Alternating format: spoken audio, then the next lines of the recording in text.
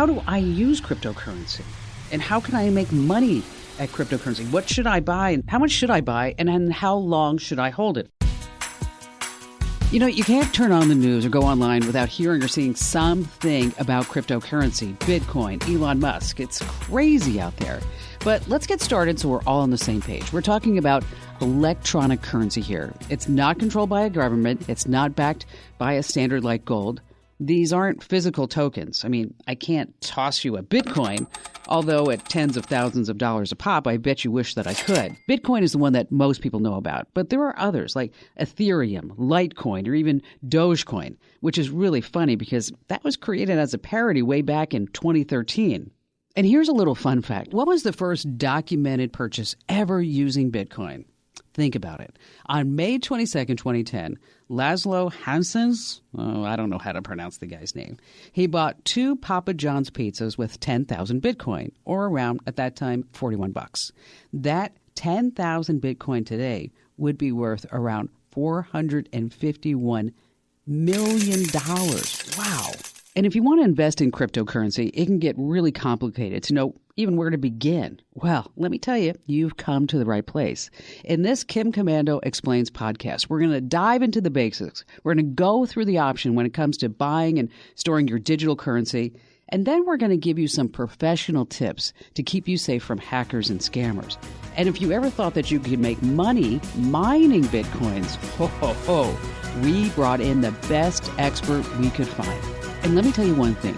You need to be really smart about anything that you ever do with cryptocurrency. So stay right where you are. When we come back, we're going to get started. But first, we have to say a few thank yous to our sponsors who help make this podcast possible.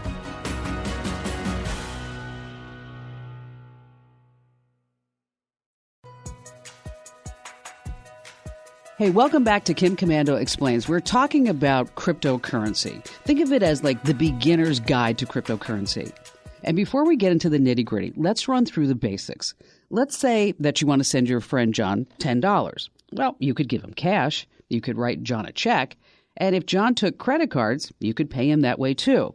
When it comes to cryptocurrency, as I mentioned already, it's an electronic payment system so that 2 parties can exchange currency over the internet. So you could send John the equivalent of $10 in virtual currency that goes by the name of Bitcoin, Dogecoin, or Ethereum.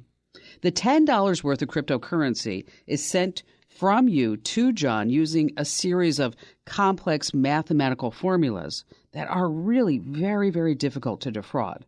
And don't worry, you don't have to do any of the math. So to conduct this $10 transaction, both you and John, you need a special type of software, or you could use a third-party service. After all, there's no real bank here. When you do the transaction, there's going to be fees associated with it. Now, these fees are a few percentage points that we're going to talk about later on. But, you know, nothing's free in this world, even when it comes to cryptocurrency. Now, here's where we need to all go, choo-choo, let's hop aboard the blockchain. Because every transaction involving cryptocurrency is processed, it's verified, it's recorded on this virtual ledger known as the blockchain. I know that your eyes are starting to glaze over, so just come on back with me. Every time that someone buys or sells anything using cryptocurrency, another entry is made on this massive virtual ledger. So think of the blockchain as a series of boxcars from a train. Choo-choo, get it? Every time someone buys or sells something using cryptocurrency, another boxcar gets right ahead back to the train. So this blockchain is decentralized, and that's an important crypto concept. It's not stored on one machine or even on one network. Instead, the blockchain exists on computers all over the world that are accessible. Why? Because of the internet. Now, joining me on this podcast, we have Allie, our amazing content queen. Say hello, Allie. Hello. And we have Ben Bradley. He's our trusty news director. Hey, Kim. And we have a very special guest who knows a lot about cryptocurrency. As a matter of fact, I have brought him into my office saying, please, Jim, tell me everything that you know about cryptocurrency. And Jim, when you came in yesterday and you showed me all those different wallets that you have. Yeah. Oh, my gosh. It's pretty exciting stuff, Kim. Thanks for having me on. So we're talking about the ledger and the blockchain and that it's decentralized and that people and companies, they verify everything that happens on the transaction. And you told me something yesterday, Jim, that was really interesting to me, is that you can see every transaction that happens with crypto on this ledger, right? Yeah. That's the point of it. And so and you can't do that with a bank. No. So this being decentralized means it's open to the public, so we can all look at all the transactions and see what's going on. Whereas with a bank, it's kind of locked behind closed doors. But you don't see the person's name. If you use your credit card, the seller has your name, your address, and other details. So when I look at cryptocurrency transactions, what do I see? You're going to see a wallet address. And it's basically a random key. It's based on public key cryptography.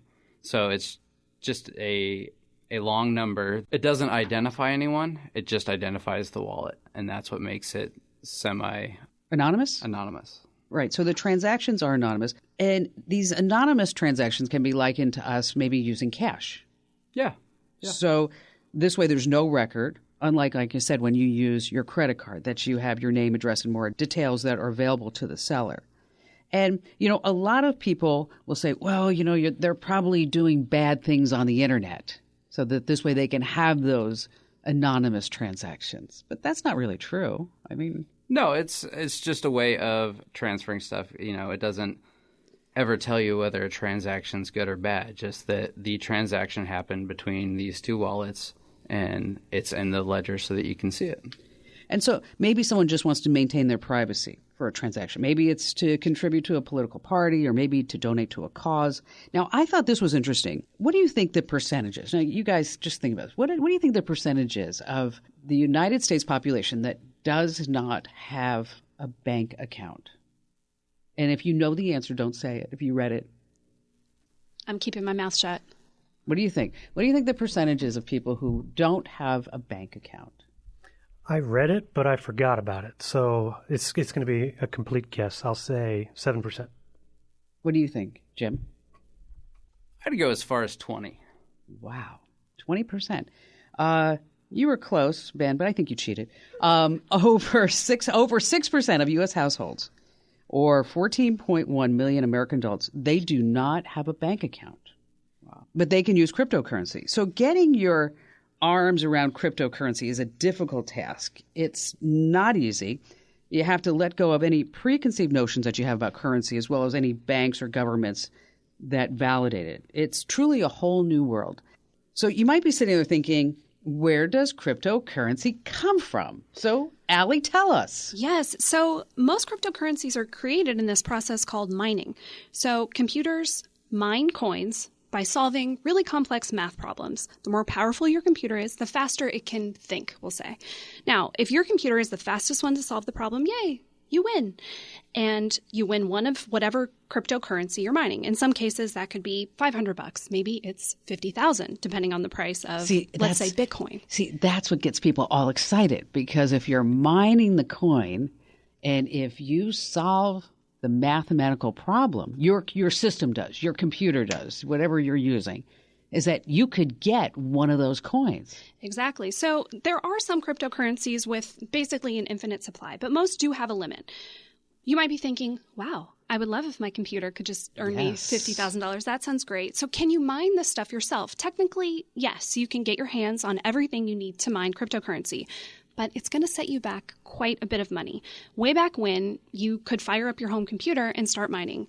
That was then. Crypto was new. You were only competing against other at-home miners. So what year was that, do you think? Oh, early, 2009 probably is a good year for us to look at. Early, before the 2010s.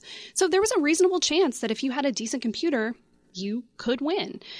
Today, it's really a professional operation. It runs on these specialized chips known as ASIC, application-specific integrated circuit. Basically, these machines are built for one purpose only, if we're talking Bitcoin. It's to find Bitcoin. They have up to 100 billion times the capacity of personal computers. And these things cost thousands and thousands of dollars, and they use so much energy. Now, these are professional operations. Back in the day, you could do it yourself. And we've got Jim here, who used to actually do this. Jim, did you make a lot of money? I did not make a lot of Oh, you know what? You know what? I was all excited because I thought like, maybe you had the golden ticket to the Bitcoin mine, and I was going to be like, help me do it too, Jim. I keep missing all these opportunities in the tech world. You know, I thought I had that golden ticket too when I first started out. It was right after the period when you could do it just using your CPU, and it switched to a GPU based. So in the mining process, you're actually guessing hashes, which is just really hard math problems, and it's how fast you can do it. And when GPUs came out, they were able to do it like 3,000 times as fast as your CPU. Okay, right now somebody's looking at their phone going, what the heck is a GPU, and how do I get that? So a GPU is a graphical processing unit, compared to a CPU, which is your computer chip. The GPU is on a graphics card. So back in the day, it was around 2012, I went and got a GTX 690, which was a real big deal at the time. It was the first one to put 2 graphic chips in one card.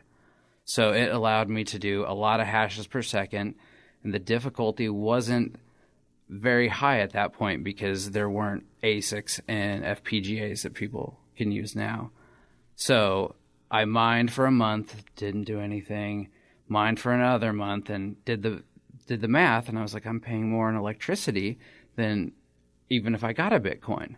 See, that's what a lot of people don't realize, is that they think that they're just going to be able to put it on the internet and then they're going to make a lot of money.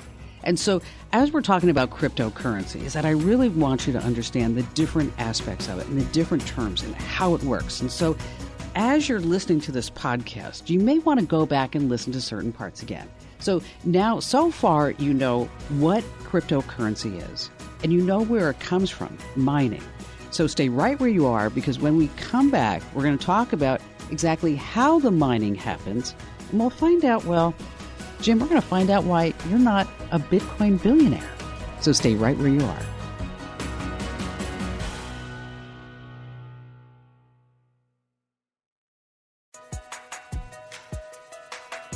Hey, welcome back to Kim Komando Explains. We're talking about cryptocurrency, what it is, how it works, how you can participate in it, how you buy it, how you sell it, where you store it, and also how to avoid all the scams. But I want to stay on mining because so many people, they'll Google search Bitcoin mining in the hopes of maybe getting that coin, not having to work anymore for the rest of their lives, because you always see these big headlines about somebody just became a Dogecoin billionaire and the kid's like 23 years old and you're like, what the heck happened to me? So 2012, you got the 2 GPUs. How much did it cost you? At the time, I want to say I spent $700. Okay, that's a lot. And then I think the cost of electricity was around $80 a month that I was spending extra just to run this. Not to mention, it was running in my bedroom, which heated up my beautiful Phoenix apartment. And did you hear it all going like? Oh, around the clock. It just ran and hummed, and it was. Did it ever start like sounding like a cat? Thankfully, no. Okay, no. good, because that's always a bad sign.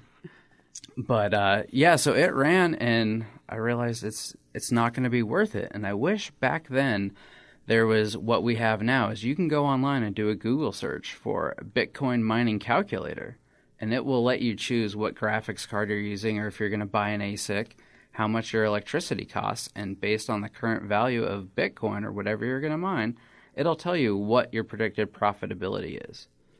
Oh, see, that's really good, important intel before you start any new venture. Yeah. How much do I have to spend to see? And but it sounds like a lottery. It really is. So the way that mining works is all the transactions that are going to be written to a block. That block needs to be authenticated and verified. So that's what the miners do, is they make sure no one's double spending coins.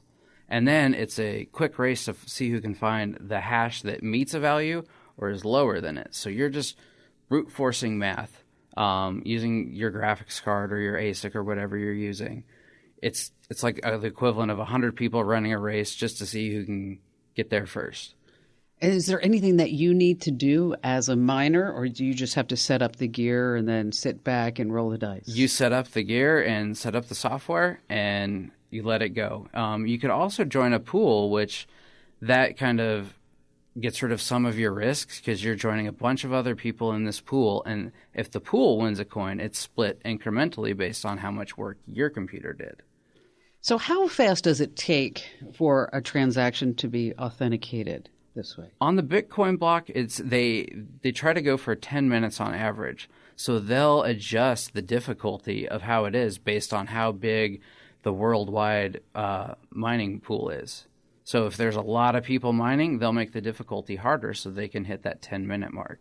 If there's not many people, it lowers. So do you think somebody could start out today with a good home computer with a good graphics card and say, I'm going to be a Bitcoin miner and I'm going to make money at this? No, I think in this day and age with the difficulty and everything, if you're going to be a Bitcoin miner, you need to go buy an ASIC.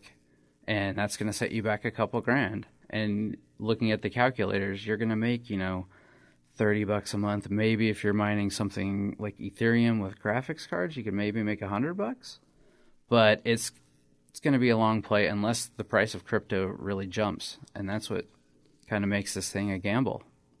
So you just shot all of my dreams, Jim, of being a Bitcoin miner. I was hoping if this radio thing didn't work out, I would have a whole new backup career. That's the dream for everyone that gets into mining. It's a gamble. You're in there just like you're in a casino. You're hoping you're going to hit it big for no work. But oh, well, I guess I'll have to go to Vegas.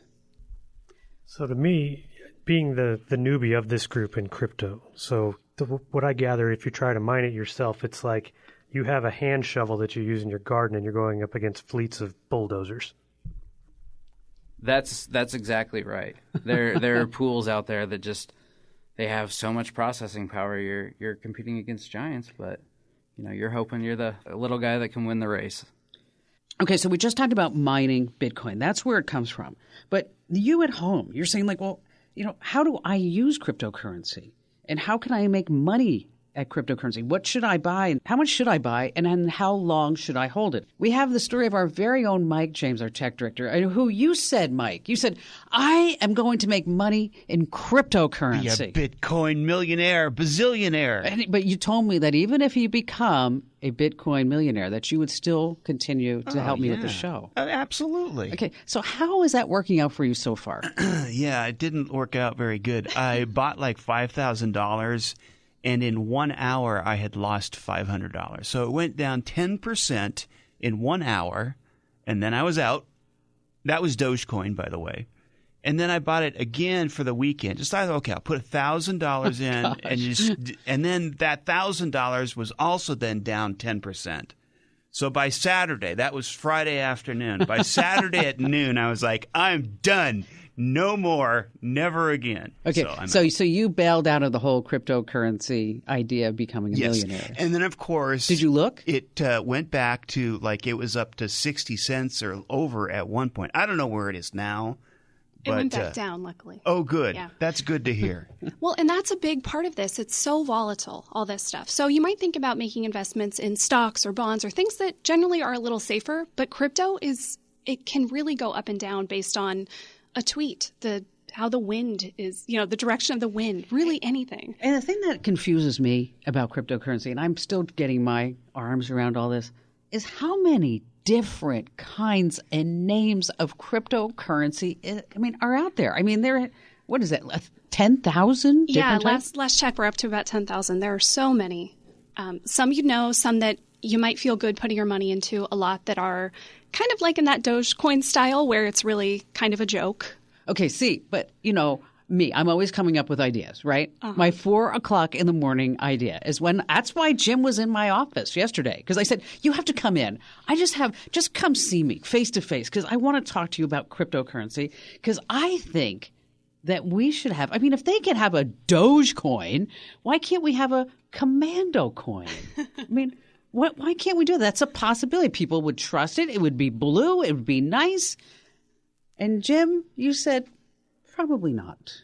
It's, we really need to find a purpose for it. A lot of the better coins, I'll call them, have a purpose and a use. The internet, computer coin, that's trying to create like decentralized computing over the internet.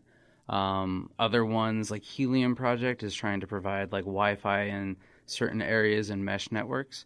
So I think we just need to find a good purpose. Okay, I will find a good purpose. I will find a good cause. And Allie, There's even a Putin coin, Kim. You could compete against that. I'm Russian. Sure. Why not? Go. And I'm nice. I don't kill people. Sounds like a winner. Okay, so the next question is, how do I buy cryptocurrency? How do I even get into this? Well, stay right where you are, because when we come back, we're going to walk you right through it.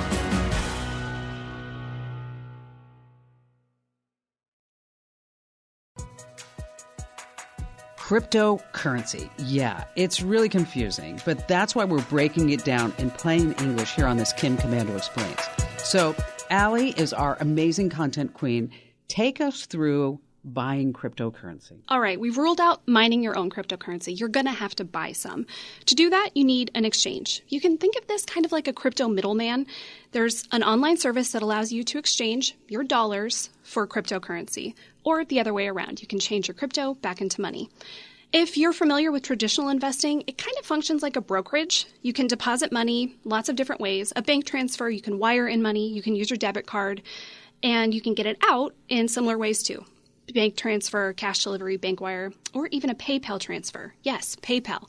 You can actually buy crypto on some apps you might already be using.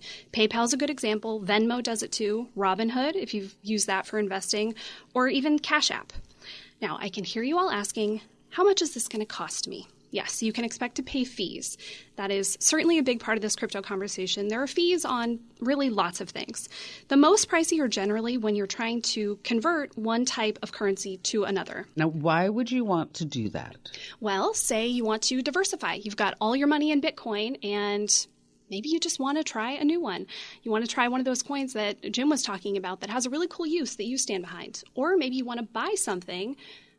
Say you want to buy an NFT, and you can only do that through Ether. Ooh, now you just threw in a curveball, girlfriend. Because now everybody's going, NFT? Oh, come on, a non-fungible token?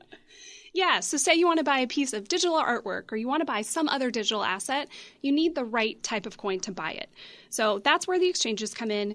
You can change your dollars to whatever type of crypto you want. So, Jim, you showed me your wallet. Mm-hmm. You have all kinds of different cryptocurrencies in there. I mean, anything to Bitcoin. What was the one, Shebogan or something like that? Oh, my Shiba Inu coin. Oh, gosh. That's the Dogecoin killer. Yeah. That's what they're calling it. It's kind of the, yeah. It's a good meme. How do coin. they come up with these names? I imagine a lot of drinking. That's probably it. So how many different types of cryptocurrency are you holding right now? I would say between 10 and 20. I kind of move them around a little. I'm kind of moving more towards the HODL strategy. Hold on for dear life and see if they ever make me millions. Well, and that's a really good strategy. If you go in on one with just a little bit of money, so we can go back to Mike's Dogecoin story, you know, you put in a couple $1,000 and you can kind of see it go up and down. You might think, wow, I just lost $1,000. I'm done. I don't want this. But hold it for a couple years and maybe you'll be like one of those early Bitcoin people and now it's worth, you know, hundreds of thousands of dollars. Now, so holding it, that's a great question because somebody called the show because she couldn't find the password to her wallet. Oh, no. Okay. And, you know, we hear about all these horror stories. So let's talk about, we know how to buy it. We're going to use one of these exchanges. And then how do we store it? Jim? So if you're going to hold on for dear life, you may want to get a hardware wallet, which lets you transfer all these assets off the exchange into basically a hard drive that's encrypted, and your crypto is then safe. You just need to make sure you remember that password, that phrase.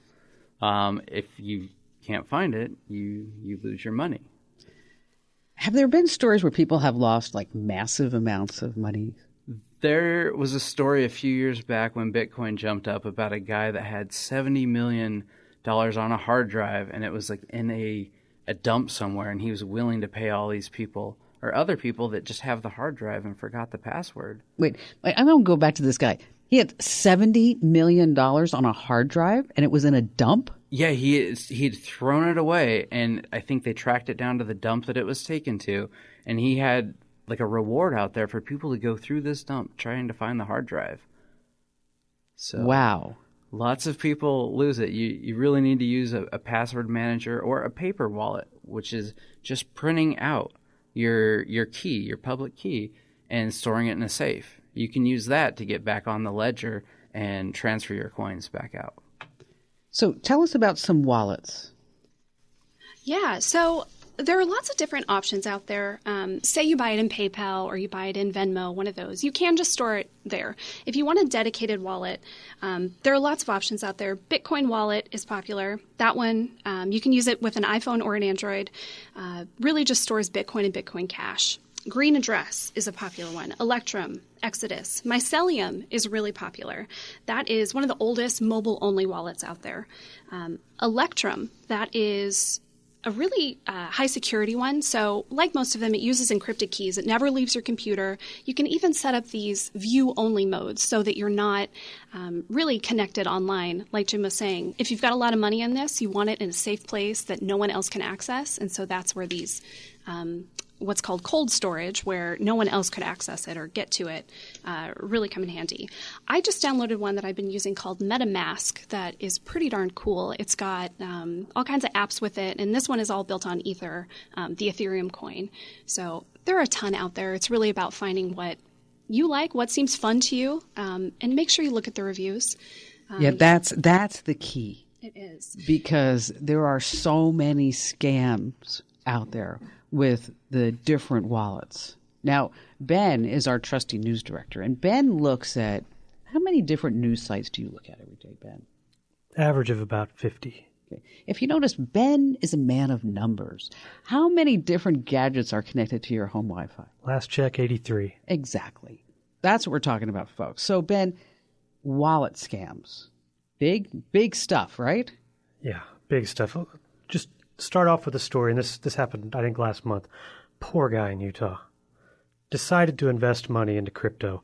I don't know which crypto it was, but he downloaded one of these apps, turned out to be a fake, unknowingly gave his credentials to a cyber crook, lost $384,000. Oh, jeez. Says he shed a lot of tears. I mean, wouldn't you? I mean, you download an app, and it looks legit, and you hand over all your credentials, and that's it. There's no way to get it back, right? No refunds. Well, you can't. But speaking of that, there's no way to reverse a Bitcoin transaction, right, Jim? No, once they're written to the block, they're there permanently. So everyone can see that transaction, and you can't take it back. That's what the miners are essentially doing when they're closing out that block and moving to the next one. So if you buy something on your credit card, you don't like it, you can dispute the charge. There's no disputing anything on the blockchain, right? No. Once the transfer is complete, it's done. So that's why you need to be really careful. Well, and it kind of goes back to that anonymous thing we were talking about, because say someone steals all your Bitcoin and it goes into their wallet. Even if you can see where it went, you don't know who that is. So you can't do anything. So yeah, it's all recorded and everything that happens is there, but that information won't do much for you if someone's address is just a bunch of numbers and letters.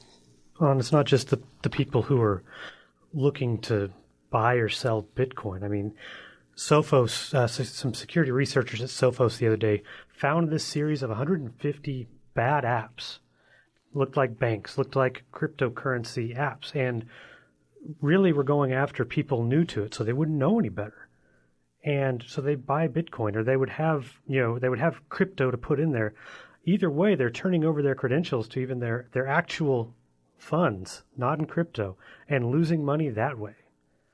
So it's not just about buying in and losing crypto. It's about you get one of these bad apps, or you get involved with the wrong person, respond to the wrong email, whatever. You risk losing all of your actual dollars too. Your real dollars. So how bad are the cryptocurrency scams? Just over the past year, according to the FTC, they've gone up 1,000%. Wow. That's because everybody's trying to figure it out. Everybody's trying to get involved. Oh, great. So let's talk about ways that you can buy crypto the safe way. Okay. Number one is I think we need to follow Jim's strategy. You don't put all your eggs in one basket, right? No, I do use several exchanges and several different wallets there so that I can have some in one just in case something gets hacked. These exchanges have been hacked in the past, and it's something to be aware of. And you don't want to put all your money in one coin. Yeah. That's what I learned from you, too. Looking at your wallet, I'm like, what is all this? I try to diversify. Just the market's so volatile. If it's all in one, I hate seeing half my money go away in an hour. And when Elon Musk was on Saturday Night Live, wasn't that a crazy story, Al? Yeah, everyone is expecting. He's been tweeting, I'm the Doge father and all this stuff. And every time he does it, the value goes up. Everyone expected he's going to go on SNL. Great. It's going to go way up. No, it went down about 30%. And a lot of people lost a lot of money. But also the scammers were out. Oh, absolutely. So at the same time, people are on YouTube searching Elon Musk, SNL. They end up on these live streams that look like they're from NBC. They're not. And there's a notification in there, hey, Elon wants to give you some Dogecoin. He wants to double your investment. So a lot of people put their information in, transferred all their Dogecoin. They're never going to see it again.